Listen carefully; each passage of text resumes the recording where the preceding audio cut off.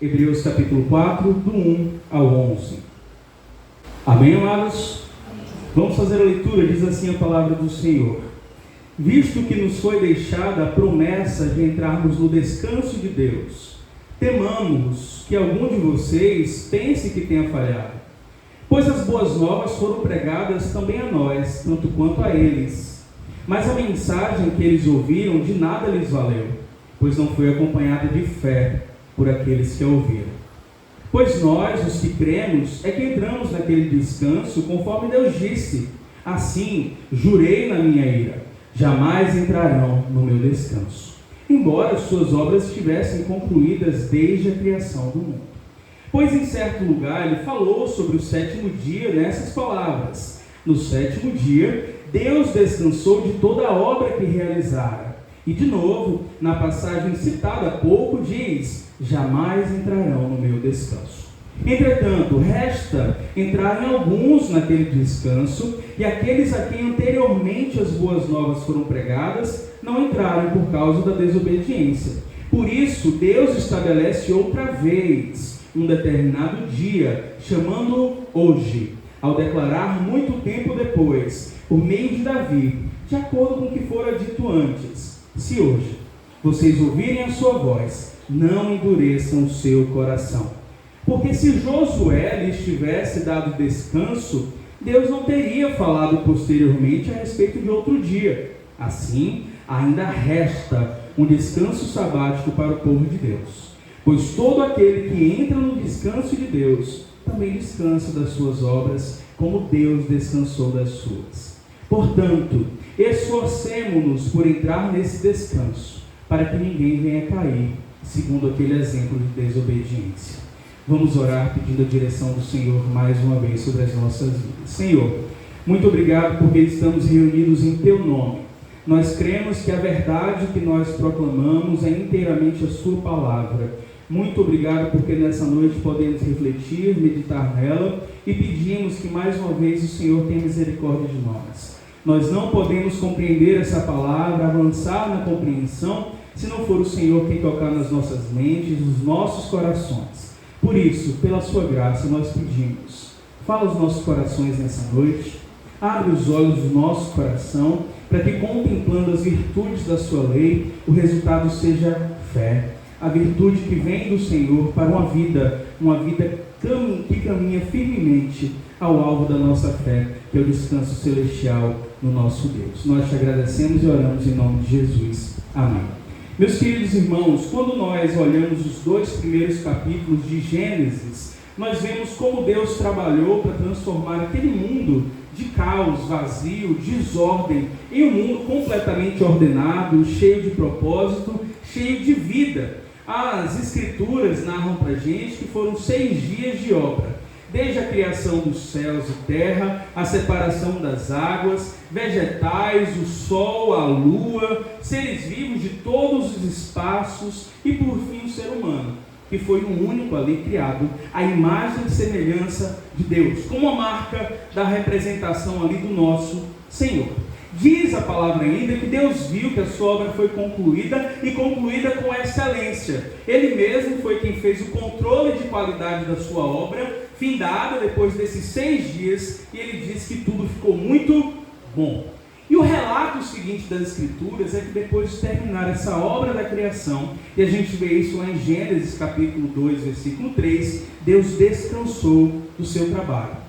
Moisés registra para a gente que Deus, mais do que simplesmente ter descansado, ele abençoou o 7º dia. Ele santificou, porque foi o dia em que ele descansou de toda a obra da criação. Só que, sabendo quem é Deus a partir do que as Escrituras testemunham, nós não podemos achar que um ser tão grandioso tenha se cansado, que Deus se fadigou desse trabalho da criação. Então parece que Ele quer nos comunicar algo além do que simplesmente o descanso de Deus depois de ter trabalhado. E esse princípio de descanso de um dia em 7, ou a cada ciclo de 7, é repetido ao longo de toda a narrativa bíblica. Na lei dada a Moisés, isso aparece em outros momentos com diferentes figuras. além do descanso semanal, um dia durante a semana, a terra também deveria descansar no 7º ano, depois de 6 anos de cultivo. As festas ordenadas para Israel tinham um padrão também de 7. Eram 7 dias, a festa realizada na 7ª semana, no 7º mês. Ainda tinha uma ordem de Deus que trazia certo vigor, animação para o povo israelita. A cada 7 períodos de 7 anos, eles celebravam o ano do jubileu, que era um tempo de alegria, celebração da liberdade, onde escravos eram libertos, dívidas eram perdoadas, terras que tiveram que ser vendidas por dívida retornavam à mão dos seus antigos possuidores.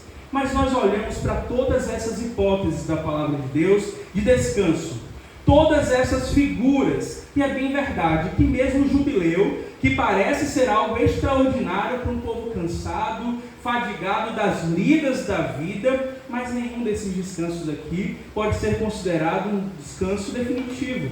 Eles eram passageiros, temporários, precisavam ser repetidos para que o povo de alguma forma se reabastecesse, porque nenhum era capaz de trazer consolo, conforto, paz verdadeira, alívio para o coração do homem. Todos esses eram descansos imperfeitos, parciais. Outra espécie de descanso que aparece na palavra de Deus é durante a peregrinação de Israel depois de sair do Egito da escravidão. Eles caminhavam sob outra promessa dada por Deus que também tem a ver com descanso. O descanso para o povo de Deus assume um novo significado. Lá em Êxodo 33, versículo 13, Deus promete a Moisés: olha, eu acompanharei o meu povo e darei a eles descanso. E isso estava representado na chegada à terra prometida. Era um lugar em que Deus prometeu para esse povo que seria uma terra boa, um lugar de prosperidade, fartura, de alívio para a peregrinação. E em Deuteronômio 12, versículo 10, Deus fala: olha, ali, nesse lugar da herança, o povo vai poder descansar dos seus inimigos, da longa jornada. Só que mais uma vez, essa promessa da terra de chegar a um espaço de prometido descanso ainda não é uma ideia perfeita, porque isso não é capaz de satisfazer a necessidade humana. E olhando para a tônica que o autor aos Hebreus coloca aqui em vários momentos, nós percebemos todas essas figuras aqui do passado, que estão ancoradas nesse descanso de Deus que aparece em Gênesis 2, eram naquele tempo e são hoje para nós tão somente uma sombra, um prenúncio, um vislumbre de uma realidade muito mais gloriosa. Porque antes mesmo da criação do mundo, Deus já tinha preparado para o seu povo um descanso definitivo, perene, eterno, um descanso verdadeiro que seria revelado. E nós estamos no momento da história em que podemos glorificar a Deus, porque isso já se revelou.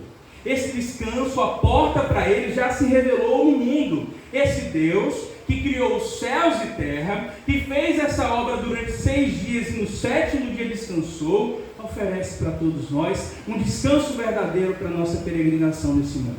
Um descanso verdadeiro para os sofrimentos que nos perseguem. Um descanso verdadeiro para essas tribulações que parecem se acumular. E é um descanso muito superior a um dia na semana, ou a um ano dentro de um ciclo de anos, e um descanso muito maior do que uma terra boa, um pedaço de terra que promete prosperidade e fartura. Nesse novo trecho aqui, o autor aos Hebreus vai colocar para a gente, mais uma vez falando dos perigos da incredulidade, mas ele vai nos chamar a confiar plenamente, de todo o coração, que ainda há um descanso para o povo de Deus.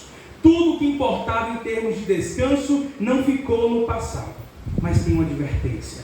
Precisamos vigiar o nosso coração para que a dureza, a falta de fé, se deixar cegar pelas lutas desse mundo, não roubem de nós, não nos privem de participar desse descanso verdadeiro que o nosso Deus promete. Assim, vamos ao texto, vamos ver inicialmente do versículo 1 ao 2, versículos 1 e 2. Diz assim o autor: visto que nos foi deixada a promessa de entrarmos no descanso de Deus, temamos que alguns de vocês pensem que tenha falhado essa promessa. porque as boas novas foram pregadas também a nós, tanto quanto a eles. Mas a mensagem que eles ouviram de nada lhes valeu, pois não foi acompanhada de fé por aqueles que ouviram. O que nós vimos no capítulo 3, o trecho anterior que nós estudamos aqui, é que apesar das manifestações gloriosas de Deus no deserto, o cuidado extraordinário que aquele povo desfrutou, a direção de Deus em tempo todo, liderança, Deus ainda protegeu esse povo. Diz o texto que a gente viu aqui, que a sola das sandálias não se desgastaram, a roupa não se depreciou, mas isso não foi suficiente para o coração desses homens. São homens insaciáveis, uma geração incrédula, e essa geração, apesar das tantas manifestações de Deus, manteve o seu coração duro, desprezou a promessa de Deus, continuou persistente na rebeldia. E a declaração para essa geração, para esse povo que teve contato com a verdade da parte de Deus, a declaração de Deus foi: de jeito nenhum eles vão entrar no meu descanso. Naquele tempo, eles não entrariam na terra prometida. E nós vimos também que esse povo chegou muito perto. Essa geração incrédula chegou na beira da terra prometida. Chegou muito próximo desse lugar da promessa. Mas foi a incredulidade, a falta de fé, a dúvida, a dureza do coração, que fez com que essa geração inteira tivesse que retornar para o deserto, andando em círculo durante 40 anos, até que essa geração inteira perecesse, fosse destruída por ter duvidado de Deus. E a cena não é bonita. A cena é de corpos ficando no deserto, cadáveres sendo deixados para trás, porque não creram na promessa, e por isso não tinham parte com Deus, não desfrutariam do alívio. Por quê? Porque descreram. Eles, diz a palavra do Senhor, e o autor dos Hebreus aqui diz para a gente, ouviram a palavra. A eles não foi negada a verdade da parte de Deus, mas eles endureceram os seus corações. Não diferente do que muitos fazem hoje. Não diferente do retrato que nós contemplamos dia após dia. E o autor, nesses primeiros versículos aqui, ele enfrenta uma questão que é natural a partir do trecho anterior. Nós falamos de chegar à terra como descanso de Deus, mas agora precisamos saber, esse descanso prometido aos israelitas tem algo a ver conosco hoje? E a resposta é direta do autor: sim, com certeza nos importa, porque ele ainda promete descanso para o seu povo. Todavia, tem uma grande ressalva: esse descanso tem condições que são segundo o critério do nosso Senhor. Aí a gente lembra, para quem o autor aos Hebreus escreve essa carta? Ele escreve essa carta para judeus que se converteram ao cristianismo, mas que estão sendo assolados pela perseguição no seu tempo, e estão sendo tentados a abandonar o cristianismo para voltar ao judaísmo, que parece ser mais confortável. E o argumento do autor, ao longo de toda a carta aqui para nós é: você abandonar a Cristo é um retrocesso imenso, é insensatez, porque isso significa perdição. Não tem retorno. Se você negligencia, faz pouco caso da tão grande, excelente salvação revelada em Cristo, não tem absolutamente mais nada que possa te socorrer. Não tem o que possa ser feito. Aí ele retoma esse argumento do descanso prometido ao povo de Deus, e é mais uma vez uma advertência para todos nós. É mais uma vez uma exortação para mostrar que o abandono da fé é uma postura que não revela outra coisa, senão a dureza dos nossos corações. A nossa tendência, como vimos na semana passada, ao desvio, uma tendência natural do nosso coração de rejeitar a Deus. Aí o que esse autor diz para a gente no versículo 1 é que, embora Deus tenha dado a promessa de descanso para o seu povo, era um motivo de temor, de grande preocupação, pensar que pessoas que receberam a promessa, pessoas que ouviram a boa notícia da parte de Deus, estavam duvidando disso. Era para o autor motivo de temor, de medo, pensar que algumas pessoas que ouviram a palavra, que conheceram a história dos israelitas, do final trágico que esses israelitas tiveram, essas pessoas estarem voluntariamente tomando o mesmo caminho, de um grupo incrédulo, de um grupo sem arrependimento, de um grupo de coração perverso. É doloroso para nós. Gente de dentro da comunidade de fé. Isso aqui o autor escreve para pessoas de dentro da igreja. Pessoas de dentro da igreja estavam falhando em crer, estavam duvidando de Deus, e não tem outro sentimento que possa vir aos nossos corações senão medo, temor. Precisamos demonstrar preocupação com isso e saber que isso nos atinge. Se o outro está tendo crise de incredulidade no contexto da igreja, se tem pessoas que não estão confiando na promessa, pessoas que ouviram as boas novas do Evangelho, isso não mudou nada a sua vida, nós precisamos estar preocupados, porque nós somos responsáveis pela vida do outro. A salvação não é um chamado individual. Deus sim fala de forma pessoal no nosso coração, mas nos devolve uma vida em comunidade em que o que acontece com o outro nos importa. Os irmãos pensam que sentimento pode vir ao nosso coração de saber que pessoas que chamamos de irmãos correm o risco de não desfrutar da comunidade, da promessa que vem para a nossa comunidade de fé, de descanso no Senhor. O autor, então, está certo mesmo, é motivo de grande preocupação, de temor, porque se tem pessoas no nosso contexto que estão desacreditando de Deus, tem pessoas no nosso contexto que, apesar de frequentar todas as atividades, ainda não entenderam a verdade do Evangelho. Essas pessoas estão desacreditando no próprio sentido da vida. É o ruir de toda a esperança. Isso significa o desmoronar de toda a nossa expectativa para o futuro. É o declínio da fé. Não tem como a gente achar normal isso acontecendo. E como eu falei semana passada, isso não tem a ver aqui com perda de salvação, mas sobre pessoas que parecem crentes, pessoas que têm aparência de piedade, mas se não tiverem fé verdadeira, fé em Jesus, por ouvir a palavra, não herdarão o descanso de Deus, não entrarão no lugar da promessa. Infelizmente, meus irmãos, é possível que muitas pessoas que estão conosco participem dos grupos, reuniões, ouçam a palavra semana após semana, dia após dia, não estejam crendo na verdade, não tenha descido para o seu coração aquilo que ouviu, não tenham se agarrado à tábua de salvação e à última esperança e única, que é Jesus Cristo. Não tem nada, meus irmãos, mais urgente, mais necessário para as nossas almas, inquietas em um mundo de tribulações, do que a esperança que Deus oferece. Por que valeria a pena enfrentar lutas se não há recompensa no final da linha? Se alguém não crer nessa recompensa, a sua fé já ruiu, a sua vida já desvaneceu. E a inquietação maior do autor aqui é saber que essas pessoas ouviram a mensagem. Essas pessoas ouviram a realidade do Evangelho, mas se comportam como se não tivessem ouvido nada. O erro não está em quem pregou, o erro não está no contexto, o erro está no coração da pessoa. Entrou por um ouvido, saiu pelo outro, não foi proveitoso em nada. Trataram a verdade do Evangelho como se não tivesse valor nenhum. E qual a diferença disso para o que aconteceu no deserto? Absolutamente nada.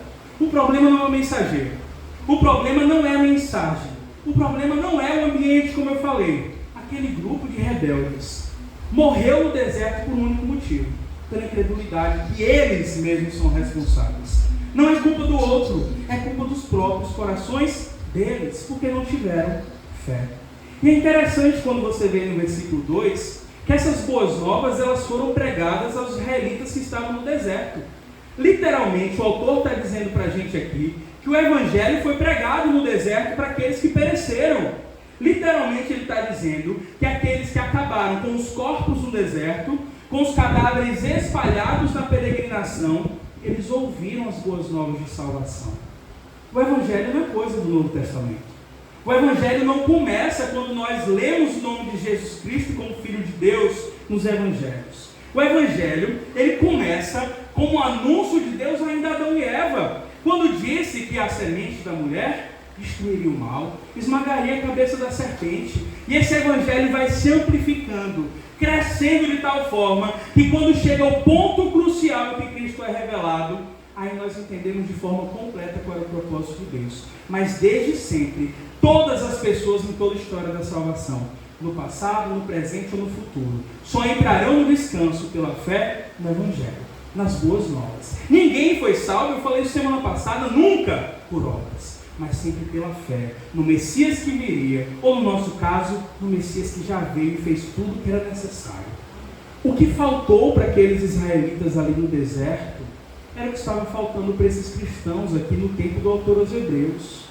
Quando a pessoa tem a inclinação de abandonar a vivência do Evangelho, não é outro problema. Essa pessoa nunca creu. Essa pessoa nunca teve experiência correta. A causa de perecimento de pessoas no tempo de Moisés, no tempo de Davi e no nosso tempo é uma só. Pessoas que ouvem a mensagem, mas não creem. Pessoas que rejeitam. São pessoas que têm uma resistência terrível. E nós vamos lidar o tempo todo com pessoas assim. Aí a gente vê os destinatários da carta. São pessoas que estavam passando por tribulações diversas. Tribulações que eram consequência direta de servir a Cristo.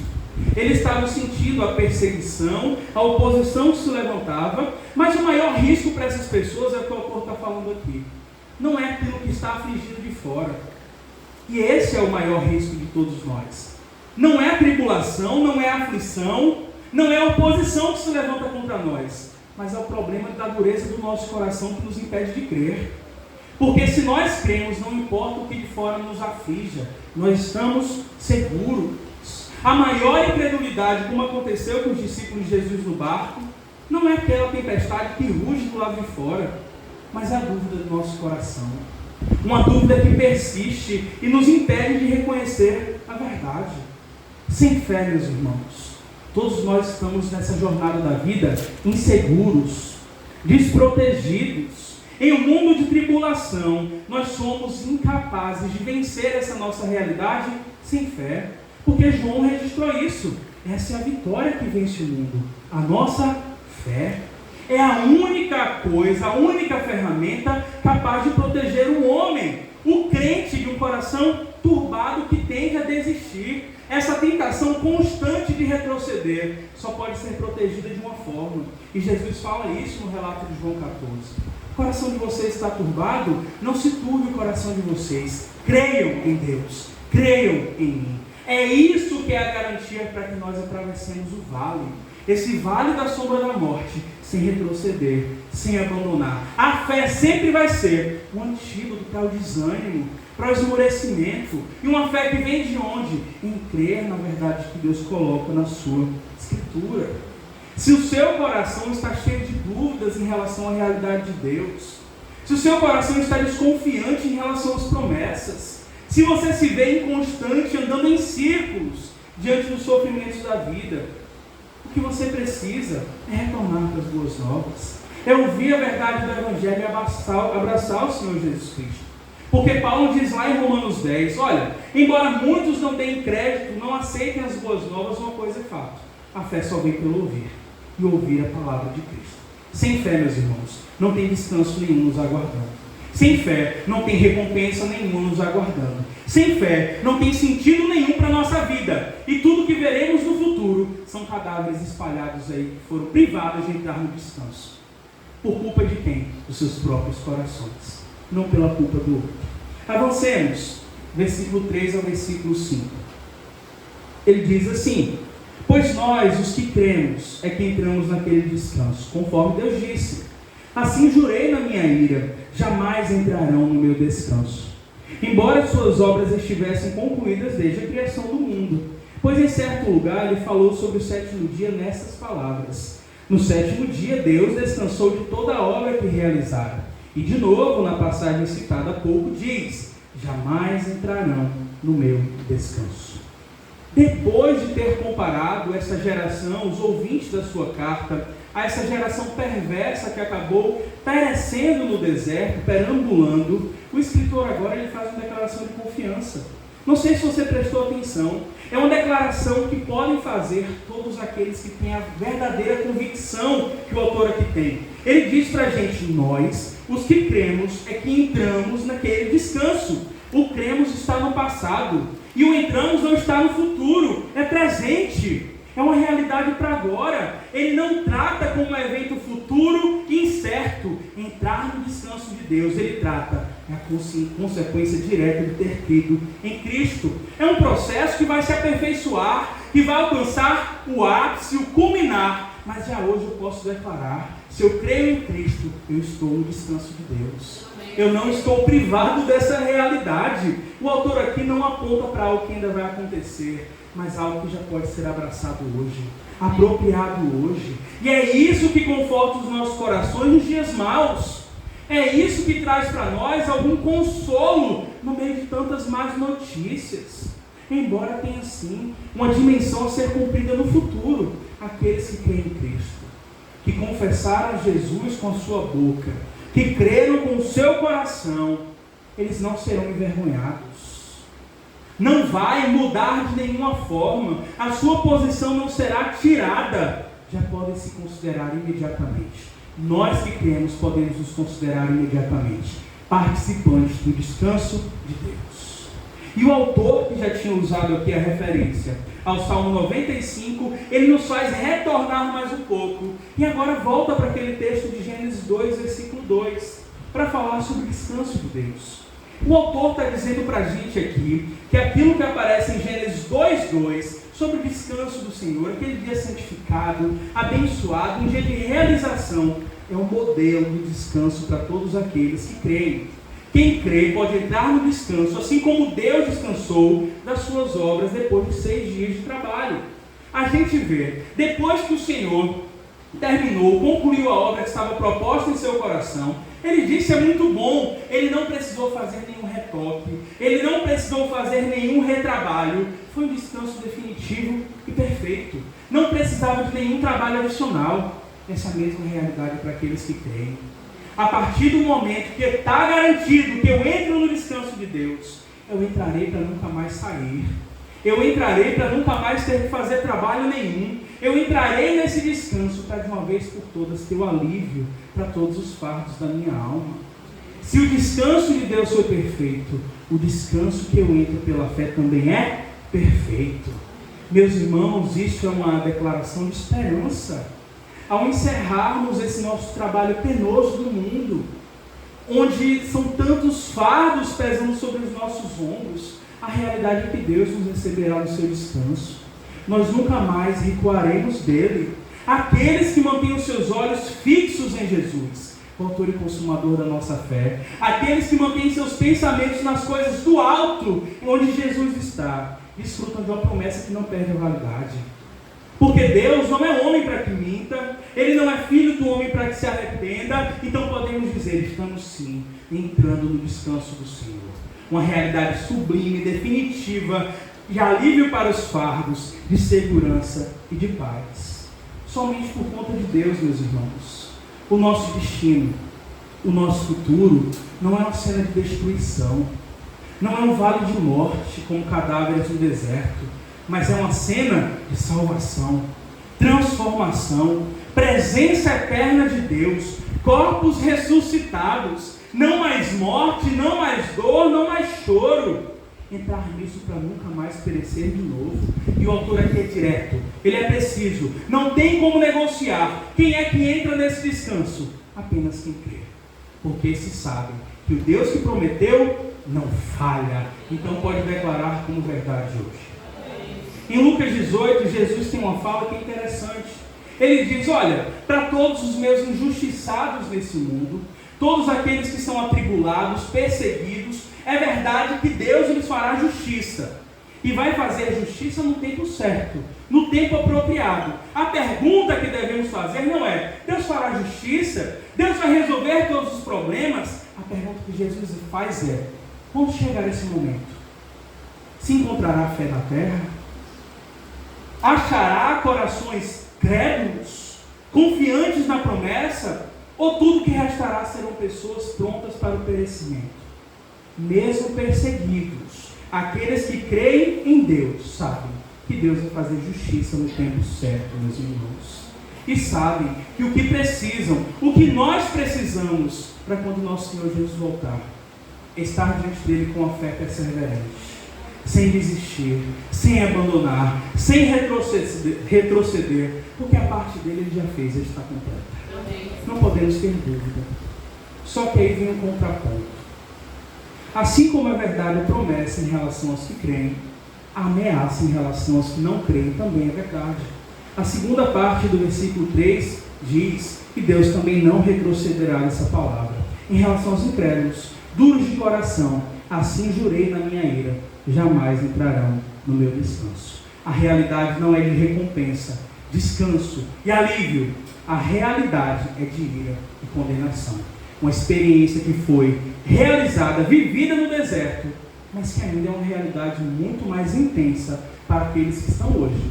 E não diz respeito a não entrar numa terra, mas diz respeito a não entrar no descanso eterno do Senhor. Vamos avançar mais um pouco, versículos 6 e 7.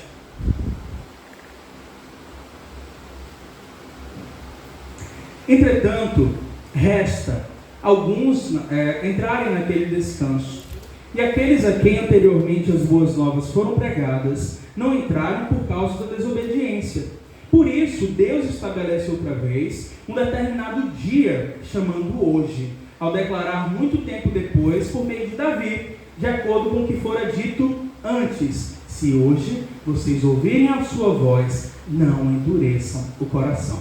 A declaração do autor agora é muito lógica. Ele diz o seguinte: uma vez que os israelitas incrédulos não puderam entrar no descanso de Deus à terra prometida, é necessário que alguém entre nesse descanso prometido por Deus para que essa promessa não falhe, para que a gente considere essa promessa verdade. Aí é essa a razão porque Deus renova a sua palavra. É por isso que Ele renova a sua advertência. Aquilo que foi dito no deserto, aquilo que foi dito por Davi aos seus contemporâneos, é o que se repete hoje para todos nós. Nós devemos contemplar a oportunidade que Deus nos dá hoje, agora. Não esperar por oportunidades possíveis, talvez, do futuro. Ele fala: se você tem a oportunidade de crer hoje, se você está ouvindo as boas novas hoje, seja responsável, seja diligente, não endureça o seu coração. A mesma advertência que vem durante todo o relato das Escrituras. E a única advertência que pode servir para todos nós como um divisor de águas entre sermos aqueles que ficam pelo caminho e perecem, ou serem aqueles que atravessam a linha de chegada e são salvos. Vamos avançar mais um pouquinho, versículo 8 ao 10.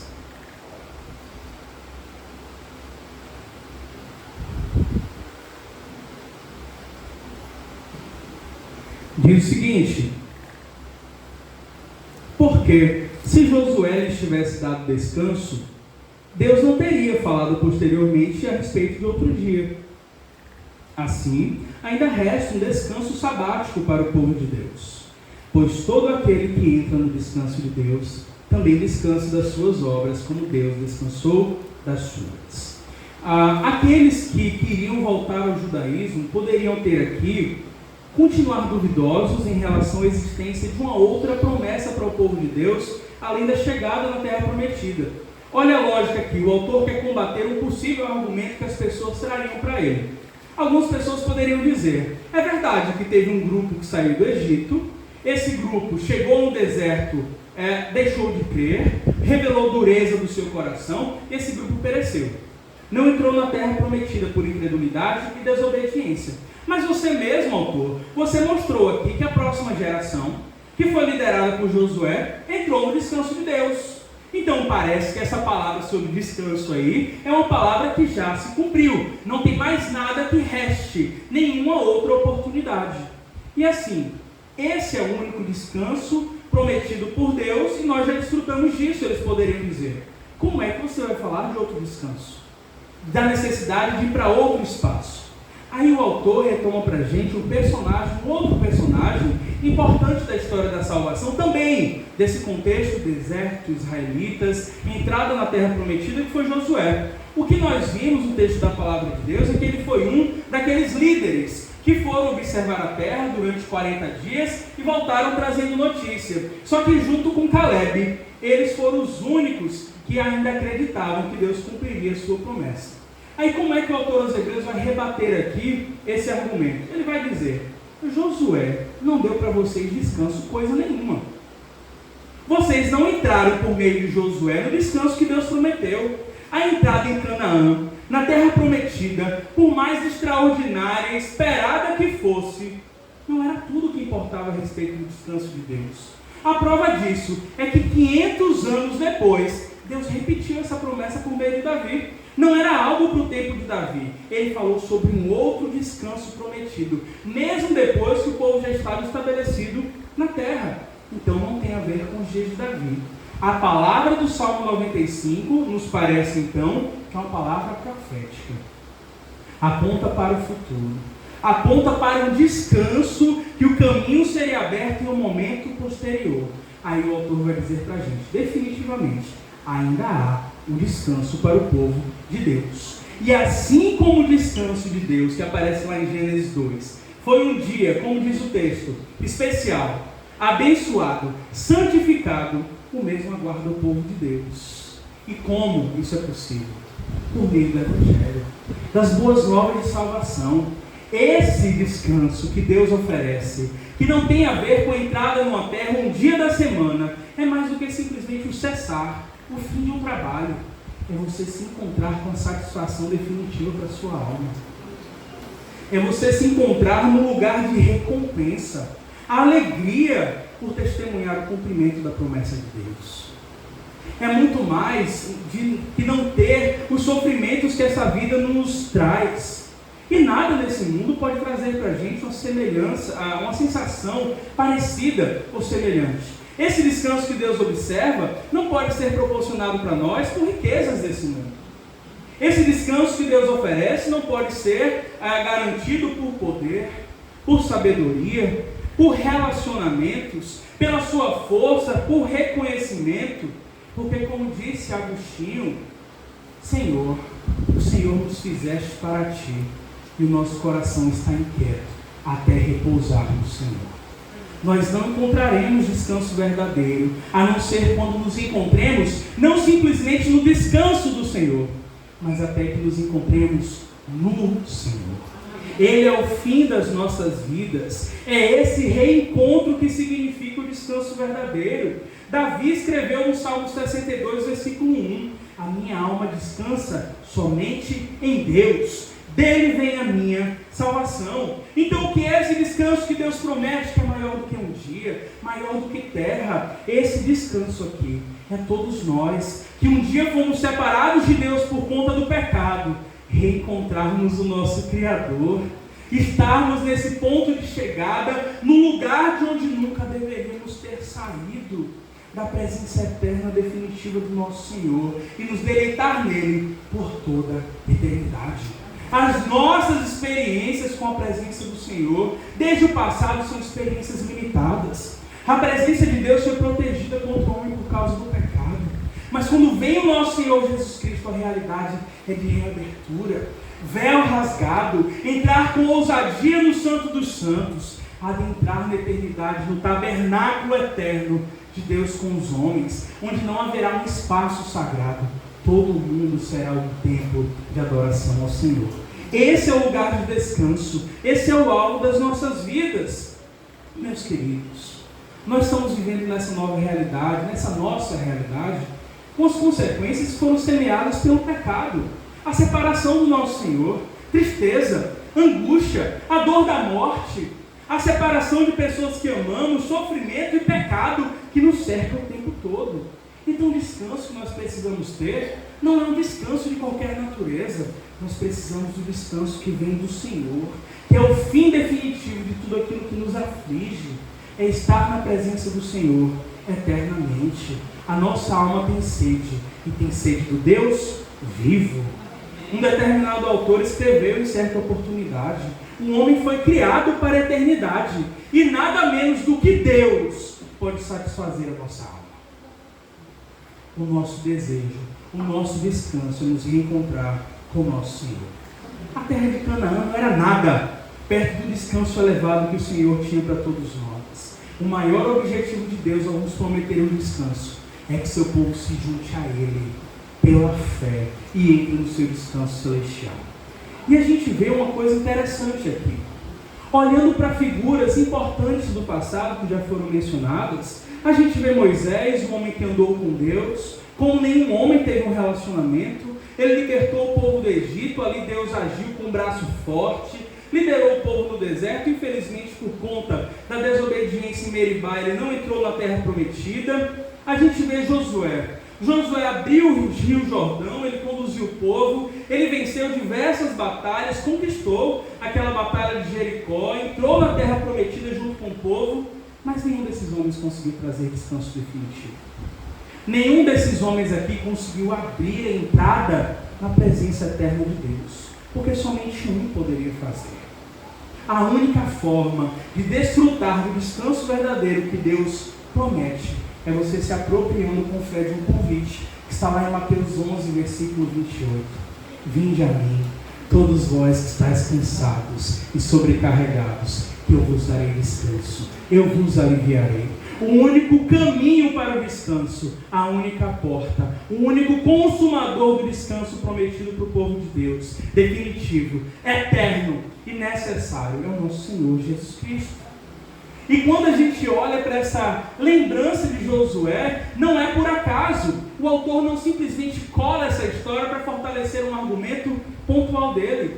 Se a gente olha para o nome de Josué, é o exato equivalente do nome de Jesus no Novo Testamento. Um em hebraico, o outro no grego. Um significa Yahvé salva, o outro significa a mesma coisa.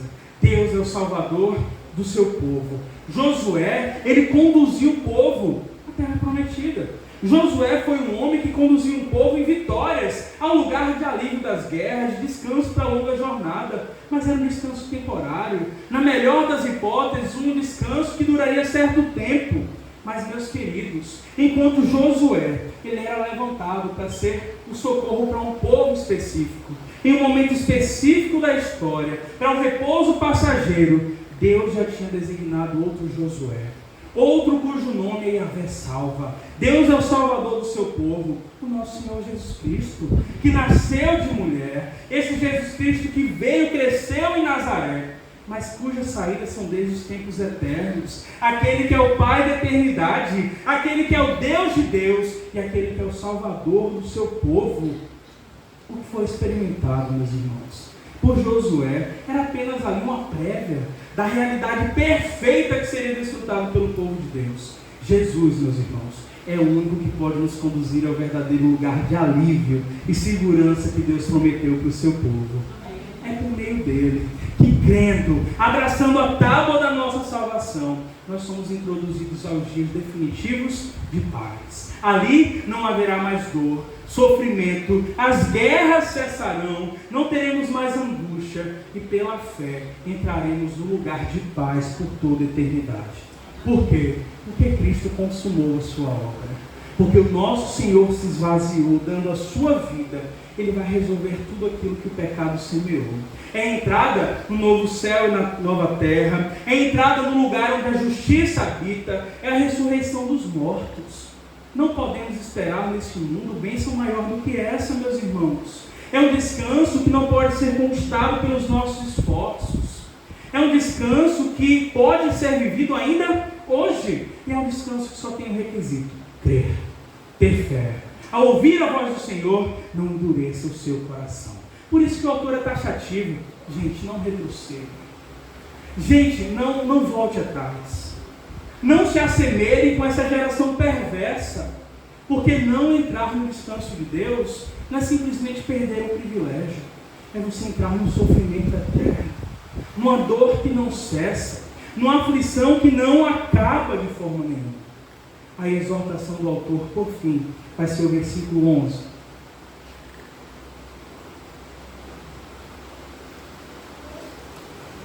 Portanto, esforcemo-nos para entrar nesse descanso, para que ninguém venha cair segundo aquele exemplo de desobediência. O autor ele termina esse trecho aqui com um chamado à ação.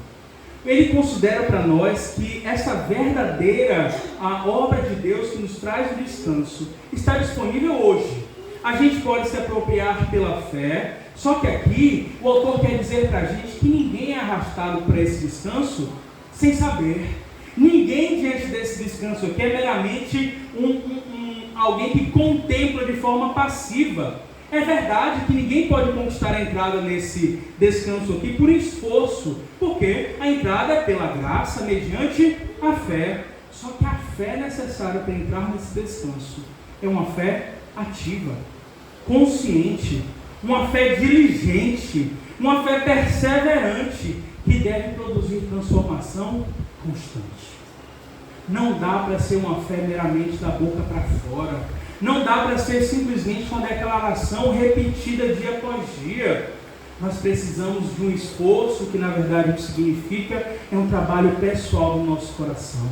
Um comprometimento genuíno, segundo a palavra de Deus, é pelo fruto que dá para se distinguir a árvore.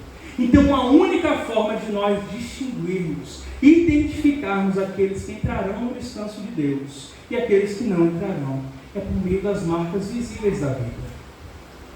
A fé é algo que nasce no coração, mas faz brotar coisas novas para a superfície. Produz transformação.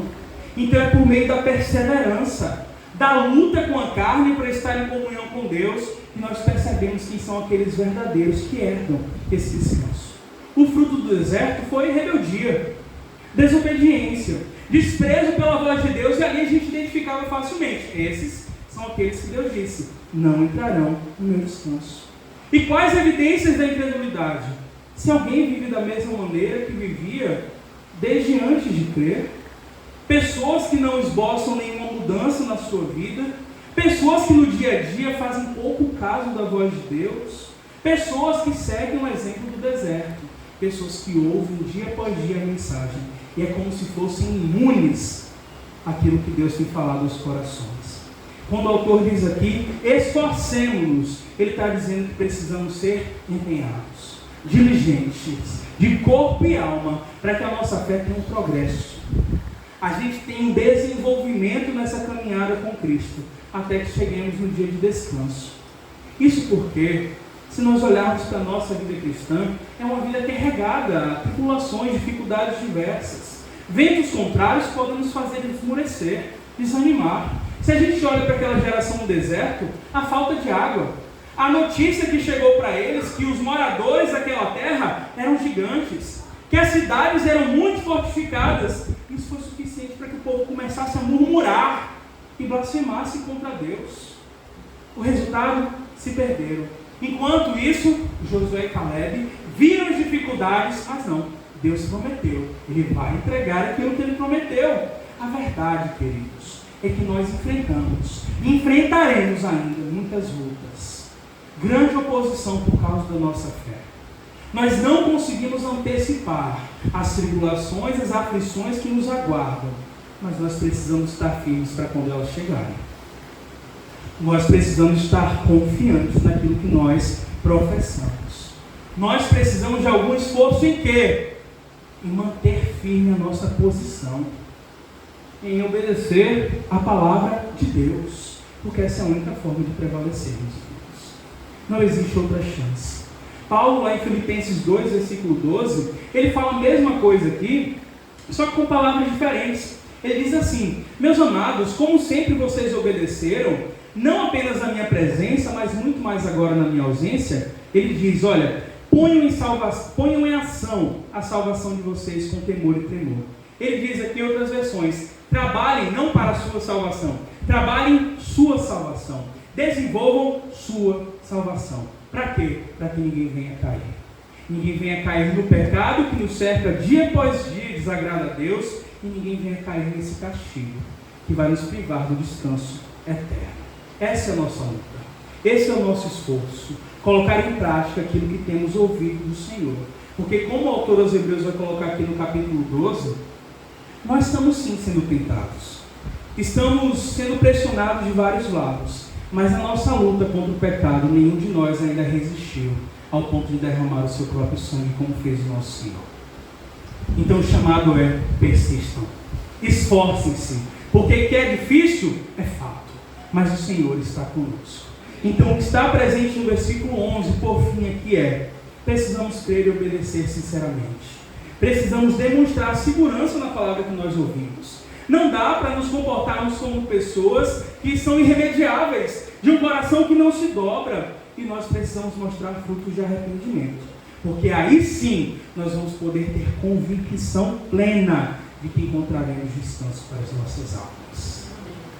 Não basta simplesmente falar da boca para fora, porque caso contrário, não será esse descanso que vai nos aguardar.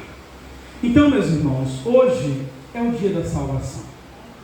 Hoje é o dia que o Senhor diz mais uma vez para todos nós: ao ouvir o Espírito Santo, não endureçam os seus corações. Nós precisamos, todos nós, cultivar uma rotina de exame, autoavaliação constante, para ver se nós estamos vivendo no engano ou nós estamos na fé verdadeira.